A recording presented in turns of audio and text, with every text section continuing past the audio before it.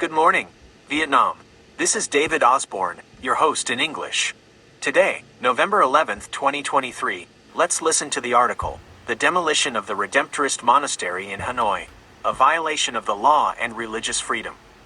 In recent days, many Catholics have expressed outrage over the unilateral demolition of the Redemptorist Monastery in Hanoi by the Hanoi government. This is a serious incident that violates the law and the religious freedom of the people. The Redemptorist Monastery is the legal property of the Redemptorist Order and has never been transferred to any organization or individual. In 1959, a group of people claiming to represent the authorities came to borrow the first building of the monastery to use as a school. Father Jus Vu Nak Bich, the former superior of the Redemptorist Order in Hanoi, firmly opposed this, but the group occupied the building anyway. In 1972, the authorities borrowed the remaining building of the monastery to provide medical care for the victims of the Battle of Dien Bien Phu in the air, and they refused to leave after that. The unilateral demolition of the Redemptorist Monastery by the Hanoi government is illegal. This monastery is the legal property of the Redemptorist Order and has never been transferred to any organization or individual. This incident also violates the religious freedom of the people. The Redemptorist Monastery is a place of religious activity for Catholics. The unilateral demolition of this monastery by the Hanoi government has violated the right to freedom of belief and religion of Catholics.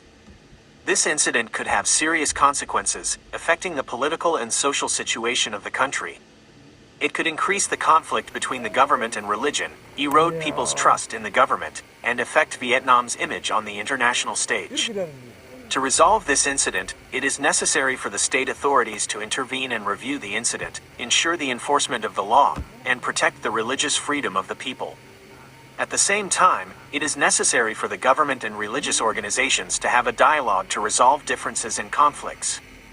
This is the best way to ensure political and social stability of the country.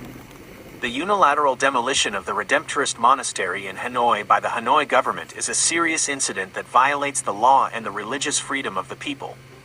This incident needs to be resolved in a satisfactory manner to avoid more serious consequences. In addition to the legal and religious freedom violations mentioned above, the demolition of the Redemptorist Monastery is also a cultural and historical loss. This monastery is a valuable cultural and historical relic of Hanoi, with a history of over 100 years. The demolition of this monastery is a loss for the people of Hanoi and Vietnam as a whole.